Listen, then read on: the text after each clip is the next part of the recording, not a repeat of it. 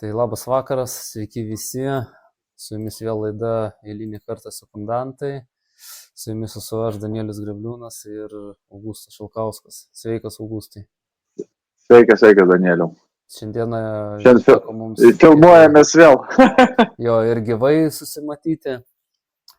Tai dabar vakare irgi susėdom nufilmuoti apžvalgą apie ateinantį UFC Fight Night'ą. Kovos vyks Meksikoje. Ganėtinai toks įdomus tas Fight Night'as. Tokių kelių kovų. Šiaip iš tikrųjų, jo, ir šitas ir anas Fight Night'as iš tikrųjų tikrai buvo labai geri Londone, tai vat mūsų kaip ir prognozijas buvo neblogos. Vienintelis Gunaras Nelsonas mus pavedė, bet pagavom vieną tikrai labai rimtą underdogą, kur daug kas man prieš kovą sakė, kad mes čia blogai prognozuojam, kad čia turbūt jis nelaimės, bet laimėjo.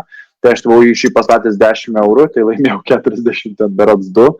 Tada iš tikrųjų labai daug laimėjau pinigų Šoną Bredį, daug, sąlyginai daug, bet aš tikėjau, kad Šonas Bredis kovą baigs anksčiau laiko, taip ir nutiko. Iš tikrųjų Edvardas atrodė kaip, nežinau, kaip naujokas prieš Šoną Bredį. Dar aš žinau, kad Šonas Bredis labai daug atstatė svorio. Tai manau, kad Šonas Bredis sekantis pretendentas, aš nelabai matau, kad be Beilalo gali jam kažką tai parodyti. Jo, tai parodė tikrai įspūdingai, taip pat gerai jis atstatė svorį. Svarstyklis yra 7-7, o kitą dieną kovo svorį 89 kg. Tai čia labai daug. Tai ką, Augustai, tai grįžtam prie mūsų kovų. Tai sakei, kad nori aptarti 4 kovas. Tai nuo pirmos poros.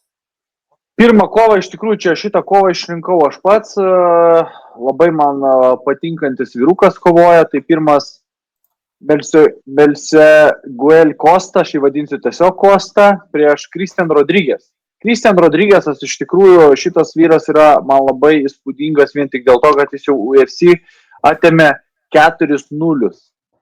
Vat nesenai jisai įveikė Austin Bašį, kuris atėjo į UFC 13-0. Isaac Dulgarianą, kuris buvo 6-0, Cameron Simoną, kuris buvo 9-0 ir Raulį Rosasą, kuris buvo 7-0. Tai labai man iš tikrųjų Rodriguezas patinka, labai gera smūginė technika, labai geros pas jį gynybinės imtynės. Ir šį kartą jis susitinka su Costa, kuris varžovas irgi yra iš tikrųjų labai patyręs vyrukas. Dabar LFA kovojas, UFC iš 5 kovų 3 laimėjo, tikrai nugalėjo pakankamai stiprius varžovus. Tai labai laukia įdomi kova, gabaritais šiek tiek nusileidžia Rosasas. Christian Rodriguezas. Rodriguezas 1,70 m, Costa 1,78 m. Ryčas 1,80 m Costa, Rodriguezo 1,82. Tai labai įdomi kova, aš skaityčiau, kad Rodriguezą galima pridėti prie tokių kaip prospektų, nes iš tikrųjų FC bandė kišti ant tokių kovotojų, kad padaryti kovotojams kaip rekordą, bet jisai jau 4 rekordus sugadino. Jo, aš manau, kad jisai yra tikrai to 15 šitoj svorio kategorijai iki 66 kg kovotojas. Ir kaip tu ir minėjai, kad 4 kovas ėjo kaip underdogas. Ir tai tikrai stiprus underdogas. Ir ką mes pamatėme? Pamatėme, kad žmogus galintis, kovotojas galintis laimėti. Ir tikrai, aš manau, kad jisai ateityje pateisins, kad jis yra top 15 šios svorio kategorijos kovotojas. Šiaip labai juokingas dalykas, kad kada jisai favoritas, tai pralašė. Jo, tai vienintelį, bet kur buvo underdogų, tai kažkodėl laimėjo. Labai įdomus pasakėjimas. Šiaip iš tikrųjų, įdomus, iš tikrųjų geras kovotojas, gerai kovoja. Costa iš tikrųjų irgi gerai kovoja, aš manau, kad šitoje kovoje bus taip. Mano prognozė, tai kad Rodriguezas turėtų laimėti, Rodriguezas turi labai gerą boksą, labai geras takedownų defense. Aš net nelabai suprantu jo to imtynių. O Danielio, tu esi matęs Rodriguezo kovas? Jo, mačiau keletas kovų. Bet tu man pasakai, kame tas jo imtynių specializacija? Kodėl, kas su juo ten tokio gero? Nes aš mačiau, kad Austin Bašis sunkiai, jį labai sunku imtyniauti. Jis atrodo, kad Rodrygėsas tokio kažkokio nieko įspūdingo nedaro, bet jį nugriauna, jis iš karto atsistoja. Ne, tiesiog matai, kaip pasakyti, yra tokia specializacija, pavyzdžiui, kai nuo mažens imtyniauji, tai tu turi viską daryti. Tai yra nuo pagrindų. Žodžiu, visą turi enciklopediją praeiti. Su Rodrygėsu yra tokia situacija, kad jį tik tai mokė tam tikrų dalykų, kas reikalinga MMA. Tai yra atsistojimas, takedownų defensas, tai daugiau, žinai, nieko, aš kaip sakau, nieko tokio lyšno į jį nekišo. Tai yra, išanalizavo jį treneriai, čia kaip mano pastebėjimas, jį išanalizavo, pamatė, kur jo yra stipriosios pusės ir tiesiog gerai ištobulino tai. Kaip matėm, kad net jeigu jis ir krenta, jis staigiai atsistoja. Nes jis iš tikrųjų, tai Bašis labai geras imtynininkas, Bulgarianas irgi labai, Bulgarianas, man atrodo, netgi D1 diviziono imtynininkas, Bašis irgi labai geras ir tokie geri imtynininkai nesugebėjo Bulgarianas, aš skaitau, kad Bulgarianų ten biški toksai bullshitas buvo, skaitau, kad jis laimėjo tą kovą, bet Bašis tikrai laimėjo, o Bašis kaip ir prospektas buvo. Tai, mane šitas tai labai nustebino. Aišku, ir dar labai gerai kvėpuoja Rodrygėsas, tas mane irgi labai stebina. Gerai kvėpuoja, gerai. Šitoj kovoje Rodrygėsas vėl eis kaip favoritas. Tai nežinau, reikėtų atsargiau daryti spaudimą. Bet manau, kad šį kartą tikrai mano prognozija, kad Rodrygėsas turėtų paimti pergalę. Kokia ta pergalė bus, sunku pasakyti, bet turbūt aš daugiau linkstu link to, kad bus pilnai 3 raundai.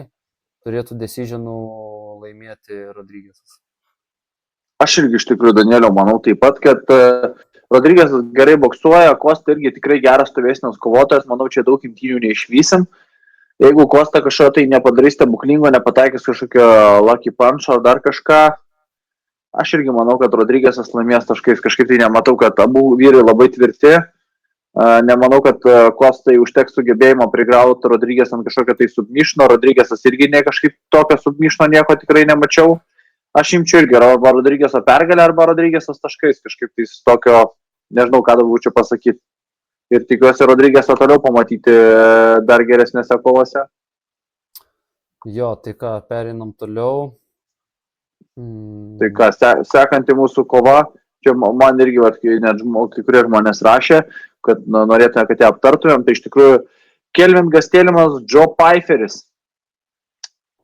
Tai Pyferis yra labai didelis favoritas čianais, ūgio skirtumas yra tiesiog labai didelis.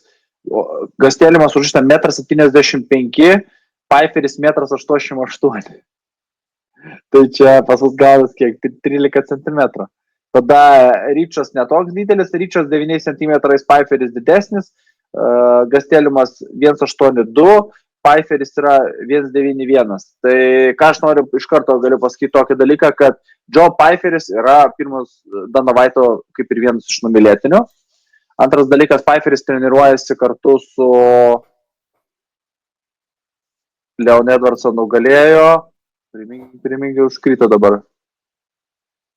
Ir užkrito pavardė. Ką tik Edvardsą mes šnekėjom, kaip nugalėjo, kas Edvardsą dabar išvalioja ant žemės.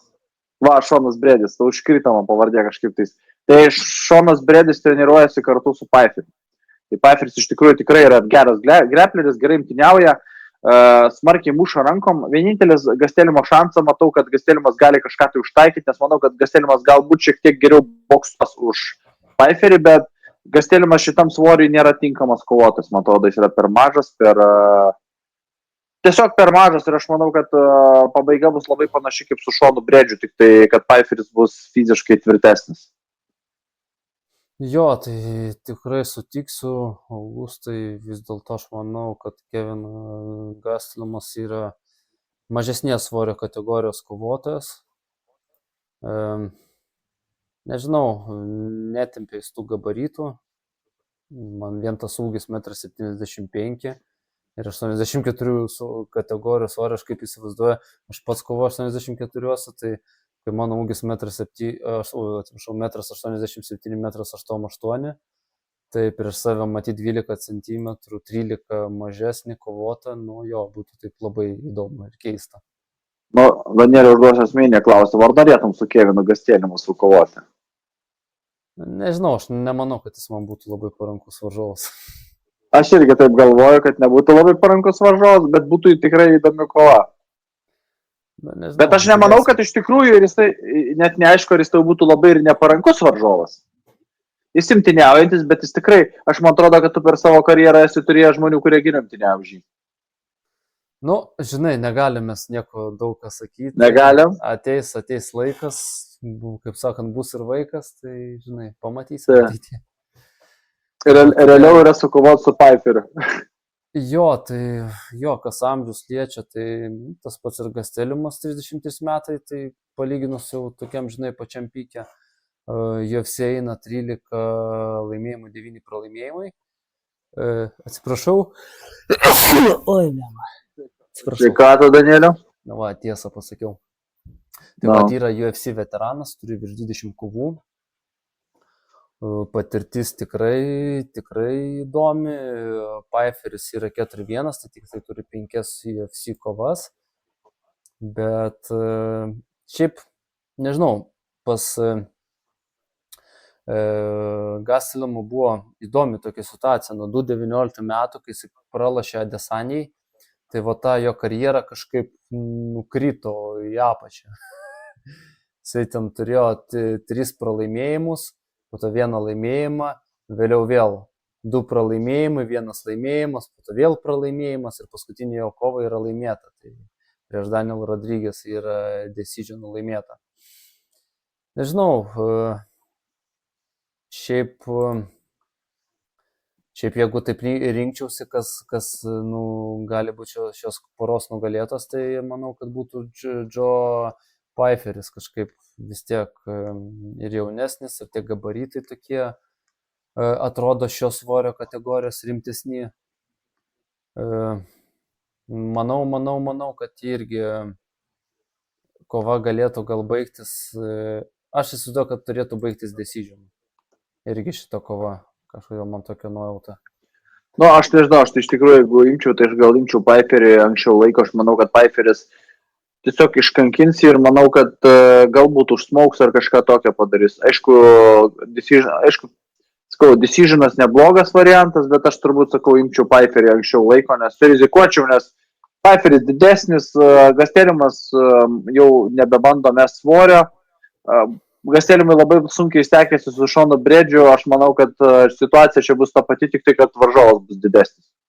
Na, aš dėl to sakau, nes Gastelėmas šiaip palyginus jo beveik visi pralaimėjimai, ten apart Šon Bredį, tai kad jis Kimūrą pralaimėjo tada trečiame raunde, bet iki to laiko jo visi pralaimėjimai beveik buvo decision, tik tai 2020 metais dar Hermansonui Hilhukui yra pralošęs pirmam raundui.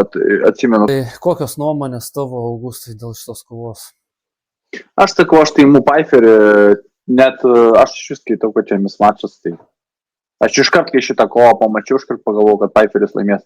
Patinka man tas Pfeifferis, gerai kovoja, jisai turi rankose jėgos, viskas subalansuotas, geras kovotojas, aš manau, kad čia tai laiko klausimas, kad jis papultų to 15 ir su plus dar 3 raundų kova, tai jisai problemų su Hermansonu pirmus 2 raundus neturėjo, o Hermansoną aš skaitau geresnį kovotoją už Gastelėmą ir Pfeifferis tiesiog pritrūko jam kardio, o čia nais kardio nepritrūks ir manau, kad laimės į šitą kovą ir kils toliau aukštyn.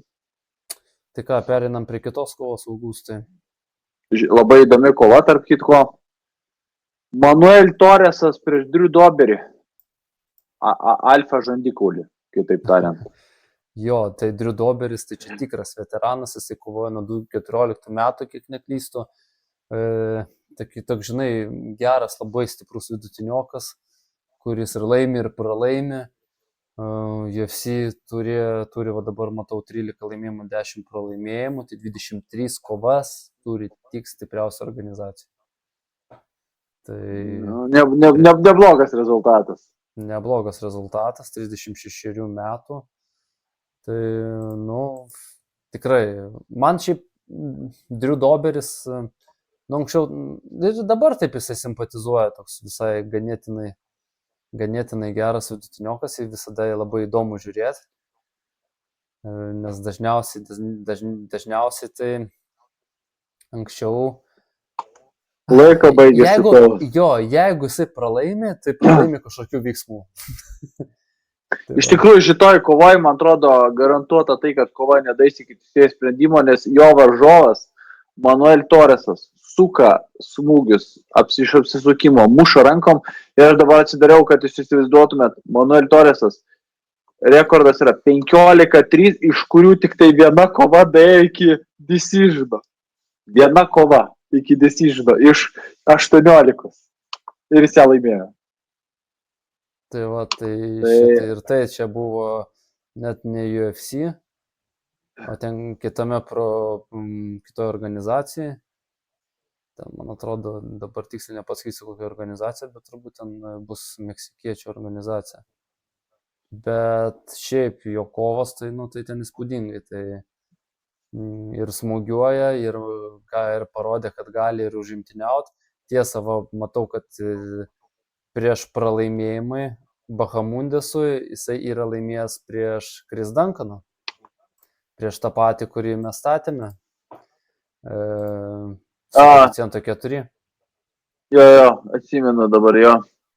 Ir užsmaugė Chris Duncaną. Taip, ir yra jį užsmaugęs. Yra Nikolasas Mota laimėjęs, Nikolasas Mota tikrai nėra labai blogas kovotojas, dabar UFC parodė. Ir Bahamundesas, tai Bahamundesas iš tikrųjų irgi parodė, kad gali kovoti ir pas mus Bahamundesas paskutinio Žėlin turnyre užbaigė karjerą. Tai nežinau, iš tikrųjų šitą kovą irgi pamačiau, aš iš karto turiu savo nuomonę šitai kovai, kad pirmas dalykas, kad šita kova nesibaigs, tas nedais iki teisėjo sprendimo. Antras dalykas, Manuel Torresas šiaip nėra labai didelis 70 kg kovotojas, bet jis yra didesnis už Doberį. Nes pirmas dalykas, ūgis skirtumas yra 5 cm ir ryčas iš tikrųjų irgi skiriasi, matau, 7 cm. Kadangi koeficientas lygus, aš tikrai patikėsiu jaunų, tokių 30 jėgų žaidėjime meksikiečių negu Doberis. Doberis man patinka, bet paskutinėse kovose jis daug prasileidžiau. Tai pasižiūrėk dar visų pirma, kad namie kovojo Torresas, tai turės, aš manau, tokį didesnį palaikymą. Tai tas tik tai į pliusą išeis. Tada antras momentas, dabar žiūrėk, mes galime Gastelumą sulyginti, kuris kovo 84 kg svorio kategorijai, kurio ūgis 1,75 m, o Torreso yra 1,78 m. Tai ir jisai kovo 7. Taip, ant 14 kg kategorijos skirtumas ir, nežinau, šioje kovoje, sakau, su lygiu koeficientu, su lygiai šansas, tai atiduočiau tikrai šios arenos šeimininkui, tai Manueliui Torresui. Ir tikrai aš tikiu jo pergalę. Nu ką, einam prie main evento. Jo, main eventas, taip. Brendonas Moreno, Steve'as Ercegas. Jo, tai Brandon Moreno, kaip mes žinome, yra buvęs UFC čempionas. Turėjo trilogiją, keturias kovas. Keturias, jo tada kovas. Man atrodo, jo, 4 kovas.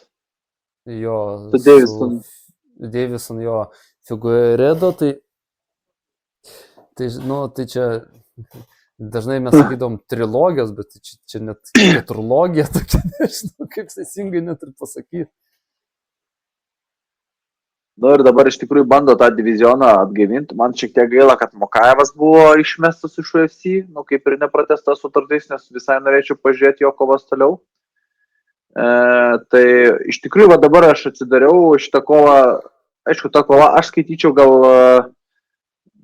main eventas, aš galvojau, gal main eventą buvo galima padaryti kovą Pfeifferį su Gasteliumu, bet, jie padarė taip, kaip padarė, nes lengviausia flyweight'o, tai, nežinau, tas main eventas man toksai, iš tikrųjų, dabar mane... Visų pirma, dėl to, kad Meksikos, nereikia Meksikos kovotojų iškelt į main eventą, tai galėtų, nežinau, Nu, jo, gal geriausias ir yra variantas. Tai aš manau, skaitau, kad gal vis dėlto teisingai padarė, kad Moreno įstatė į pagrindinę kovą, dėl to, kad UFC turnyras vyksta Meksikoje.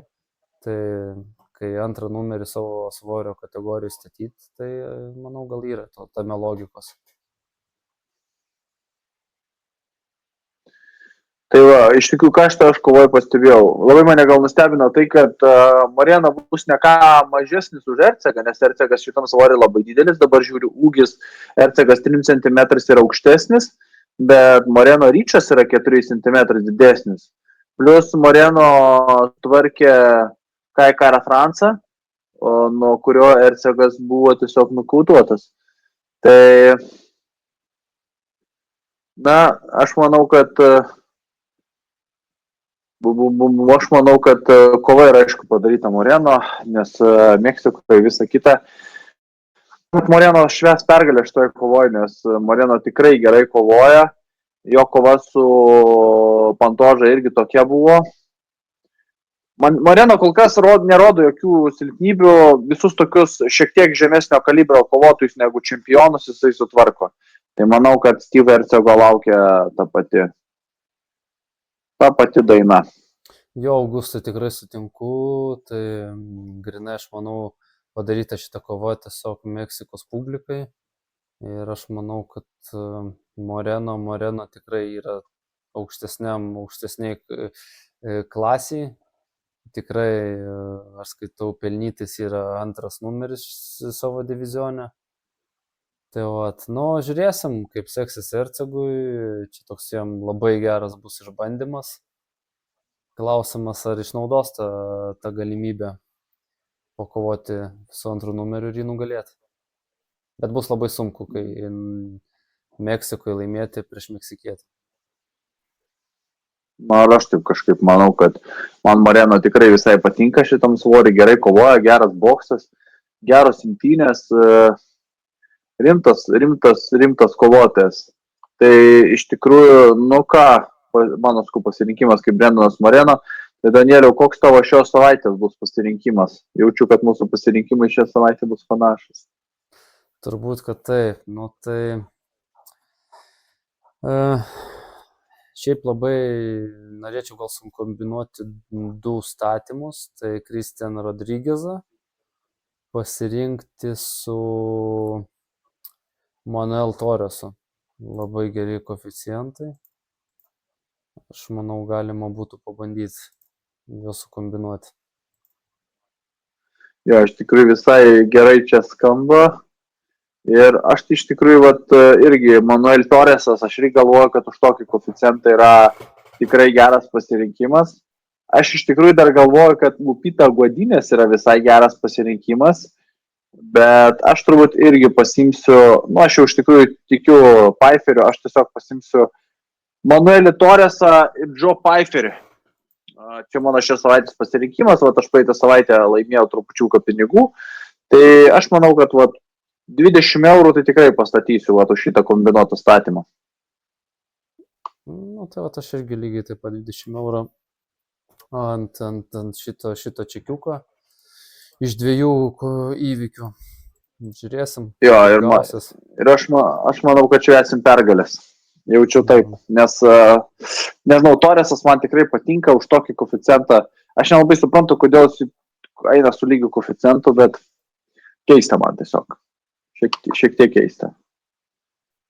Tai pasižiūrėsim, tikiuosi nudžiugins mus šis statymas.